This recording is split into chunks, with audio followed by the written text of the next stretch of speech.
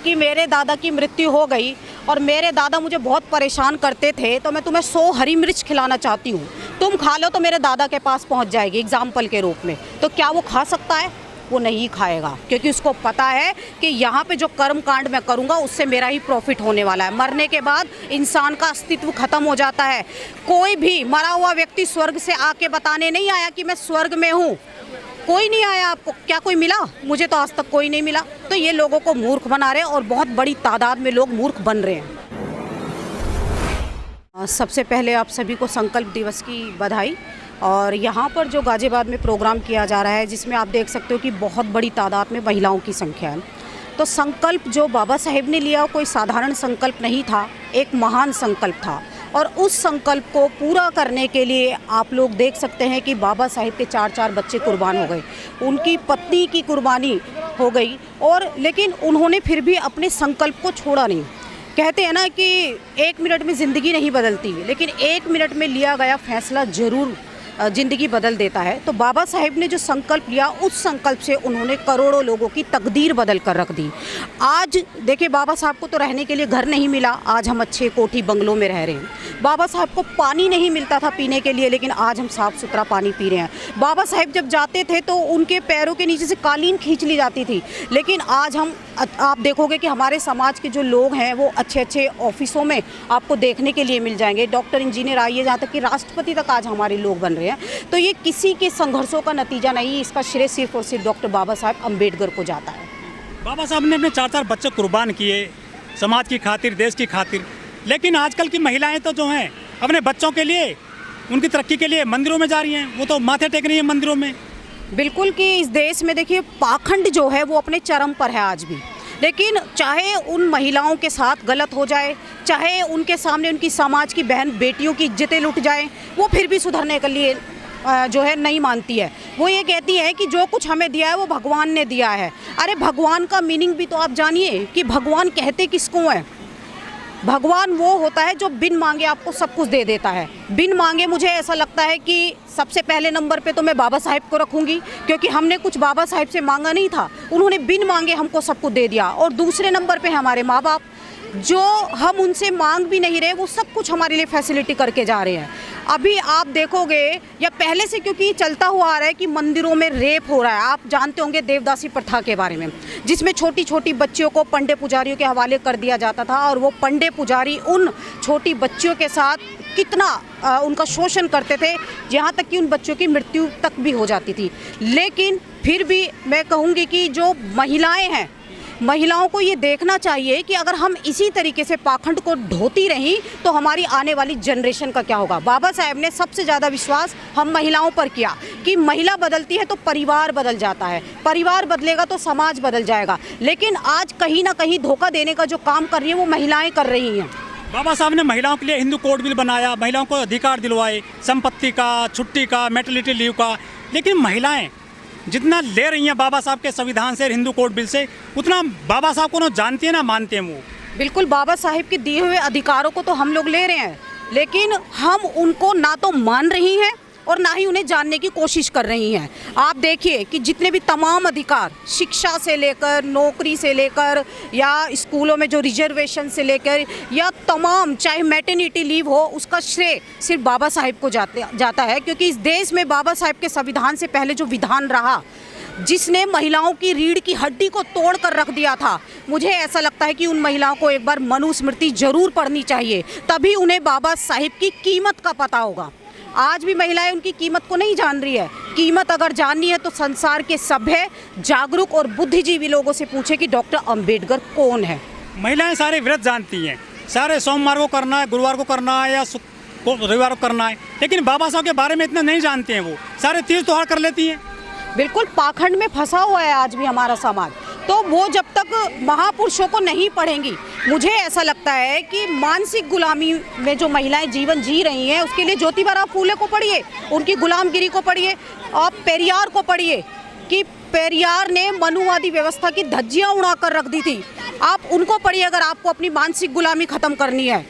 अगर महिलाएं अपने महापुरुषों को नहीं पढ़ेंगी, बहुत सारे ऐसे लोग हैं मैं आपको दिखा सकती हूँ जिन जिन लोगों ने बाबा साहेब या तमाम महापुरुषों को पढ़ा, उनका जीवन जीने का नज़रिया बदल गया, वो कंटिन्यू आगे बढ़ रहे हैं। और जिन लोगों ने अभी तक महापुरुषों को नहीं पढ़ा या बाबा साहेब को नहीं पढ़ा, वो आज भी उसी दलदल में फंसे हुए हैं, उन्हीं कर्म कांडों में लिप्त हैं वो आज भी।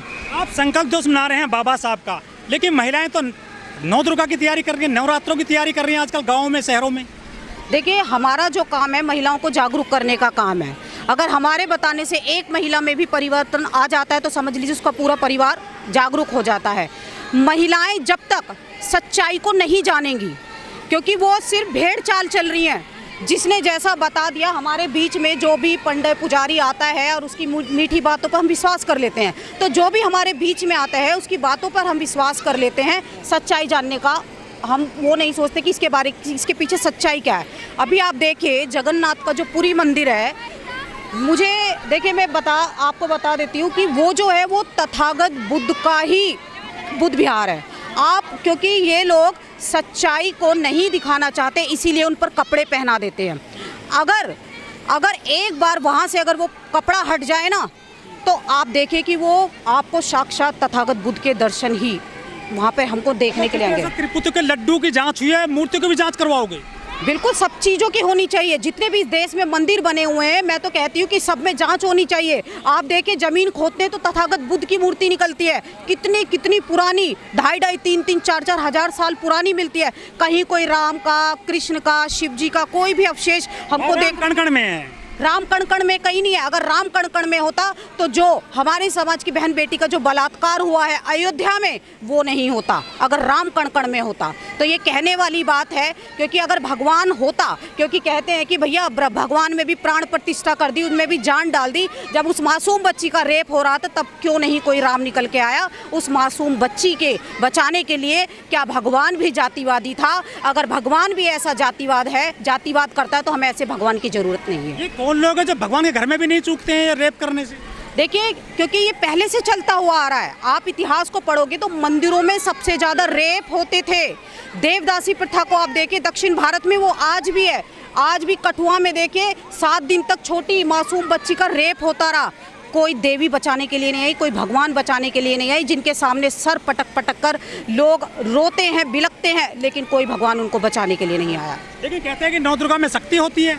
नौ दुर्गा में अगर शक्ति होती ना तो इस देश में किसी भी बच्ची का रेप नहीं होता। 2-2, 3-3 महीने की मासूम बच्ची भी नहीं छोड़ी जा रही, बुजुर्ग महिला भी नहीं छोड़ी जा रही है। मुझे ऐसा लगता है कि कहीं ना कहीं इस देश को बुद्ध के धम्म की ज़्यादा ज़रूरत है, क्योंकि विष्णु के अवतार बताए जाते हैं। विष्णु का अवतार नहीं है बुद्ध, क्योंकि बुद्ध ने पहली जो अगर हम देखते हैं तो उन्होंने ईश्वर के अस्तित्व को ही नकार दिया, फिर वो कहाँ से 9 अवतार हो गए। तो ये ब्राह्मणवादी व्यवस्था जो चल रही है वो तथागत बुद्ध को भी भगवान बनाने में लगे हुए हैं। लेकिन जितने भी जागरूक लोग हैं जो बाबा साहेब को मानने वाले हैं, वो अच्छी तरीके से जानते हैं कि जो तथागत बुद्ध है वो विष्णु का 9 अवतार नहीं है। जो महिलाओं के लिए बहुत काम किए बाबा साहब ने, लेकिन महिलाएं बाबा साहब को नहीं पूजती हैं, ना मानती हैं, ना उतना जानती हैं। वो तो अभी भी मंदिरों में लोटा चढ़ा रही हैं। बिल्कुल, देखिए जो महिला, मैंने अभी कहा, जो महापुरुषों को पढ़ लेंगी वो इन सारी चीज़ों से दूर हो जाएंगी, पाखंड से दूर हो जाएंगी। लेकिन जो महिला नहीं पढ़ेगी वो मानसिक रूप से गुलाम होगी। और आप देख सकते हैं कि आज भी महिलाओं को जितना जागरूक होना चाहिए था वो आज भी नहीं हो रही है। वो तो अभी भी अंग्रेजी पढ़ी हुई महिलाएं भी, हिंदी पढ़ी भी, हाई एजुकेटेड हैं महिलाएं, उसके बावजूद वो भगवान को, बाबा साहब को नहीं मानती हैं। वो मंदिरों में भगवान मानती हैं अभी भी। बिल्कुल, देखिए चीन जैसा देश जो है समुद्र में रेल बिछा रहा है। नासा के वैज्ञानिक जो है मंदिरों स्पेस में आप देखिए जीवन खोज रहे हैं, मंगल ग्रह पे जीवन खोज रहे हैं। और हम ऐसे अंधविश्वासी पाखंड में पड़े हैं कि हम मंदिरों में चमत्कार ढूंढ रहे हैं। वो ढोंगी पाखंडी बाबाओं पर विश्वास कर रहे हैं। आप देखिए सबसे ज़्यादा जो रेप कर रहे हैं वो वही मंदिरों में बैठे हुए पंडित पुजारी ही हैं। अरे लड्डू में चर्बी मिला दी है उन्होंने, कुछ लोगों ने। बिल्कुल, लड्डू में चर्बी मिला दी। आप देखिए कि जिस भगवान के पास वो चढ़ाया जा रहा है, उस भगवान ने किसी के कान में आकर ये नहीं कहा कि ये इस लड्डुओं में जो है चर्बी मिली हुई है, मुझे मत चढ़ाओ। तो यही पता चल जाता है कि भैया इस देश को विज्ञान की ज़रूरत है, धर्म की ज़रूरत नहीं है। अरे लेकिन उनकी भावना तो आहत कर दी है ना लोगों ने। बिल्कुल, भावनाएं आहत होंगी। अब क्या करेंगे सारे हिंदू जो गलती से चर्बी खा गए, गाय की चर्बी वो खा गए, तो अब क्या करेंगे? वो मुझे ऐसा लगता है उन्हें चुल्लू भर पानी में डूब मरना चाहिए। लेकिन मंत्रोच्चार से शुद्धिकरण कर रहे हैं वो पुजारी। मंत्रोच्चार से कोई शुद्धिकरण नहीं होने वाला, कुछ भी नहीं होने वाला। ये सिर्फ इनका पाखंड है, लोगों को मूर्ख बना रहे हैं और लोग मूर्ख बन रहे हैं। लेकिन उनकी संख्या बहुत ज़्यादा है। बिल्कुल संख्या है, क्योंकि देखिए उनका जो हिंदुत्व का जो एजेंडा है, आप देखिए सब जगह हिंदुत्व को मजबूत किया जा रहा है। टीवी से लेकर, सड़कों से लेकर, गली मोहल्लों से लेकर, बड़े बड़े आप देखोगे कि ऑडिटोरियम में कृष्ण की भागवत कथाएं हो रही हैं। आप देखिए हर मंगलवार को कृष्ण की जो है मंदिरों में घंटियां बजाई जाती है। तो वो हिंदुत्व मजबूत हो रहा है। जैसा टीवी में महिलाओं ने देख लिया, जैसा उनको परोस दे वो वैसे ही कंटिन्यू करने लग जाती है। लेकिन अगर इस तरीके की सभाओं में वो आती हैं तो यहाँ से उनकी सोच में परिवर्तन होता है, वैचारिक सोच उनकी बदलती है। और जब वैचारिक सोच बदलेगी तो मुझे ऐसा लगता है कि परिवर्तन डेफिनेटली आएगा ही। कितने दिन में बदलाव आएगा, क्या लग रहा है? जो बहुजन महिलाएं वो तो भी मंदिरों में जा रही हैं, वैष्णो देवी जा रही हैं। देखिए ऐसा नहीं है, महिलाएं बदल रही हैं। पहले आपको प्रोग्रामों में 1-2 महिला दिखती होंगी, लेकिन आज आपको हजारों की संख्या में महिलाएं दिख रही होंगी। तो ये कहीं ना कहीं बदलाव है और बहुत बड़ा बदलाव है। आने वाले समय में देखिए महिलाएं बहुत जागरूक होंगी और बाबा साहिब के मिशन को पूरा करने में वो अपना योगदान देंगी। एक बाबा हैं जो कथा करते हैं, अनुद्धाचार्य, वो कह रहे हैं कि ब्राह्मण को खाना खिलाइए, हम आपके पूर्वजों को स्वर्ग में खिलाएंगे। उनके बयान को किस तरह देखती हैं आप? क्या ये संभव है आज के टाइम में? देखिए जो अनिरुद्धाचार्य जो है वो इतना बेवकूफ़ है, इतना मूर्ख व्यक्ति है, मुझे ऐसा लगता है कि जिसको ना तो धर्म की नॉलेज है और जिसको ना संविधान की नॉलेज है। अगर मैं उससे कहूँ कि मेरे दादा की मृत्यु हो गई और मेरे दादा मुझे बहुत परेशान करते थे, तो मैं तुम्हें 100 हरी मिर्च खिलाना चाहती हूँ, तुम खा लो, तो मेरे दादा के पास पहुँच जाएगी एग्जाम्पल के रूप में। तो क्या वो खा सकता है? वो नहीं खाएगा, क्योंकि उसको पता है कि यहाँ पे जो कर्म कांड मैं करूँगा उससे मेरा ही प्रॉफिट होने वाला है। मरने के बाद इंसान का अस्तित्व खत्म हो जाता है। कोई भी मरा हुआ व्यक्ति स्वर्ग से आके बताने नहीं आया कि मैं स्वर्ग में हूँ। कोई नहीं आया। आपको क्या कोई मिला? मुझे तो आज तक कोई नहीं मिला। तो ये लोगों को मूर्ख बना रहे हैं और बहुत बड़ी तादाद में लोग मूर्ख बन रहे हैं।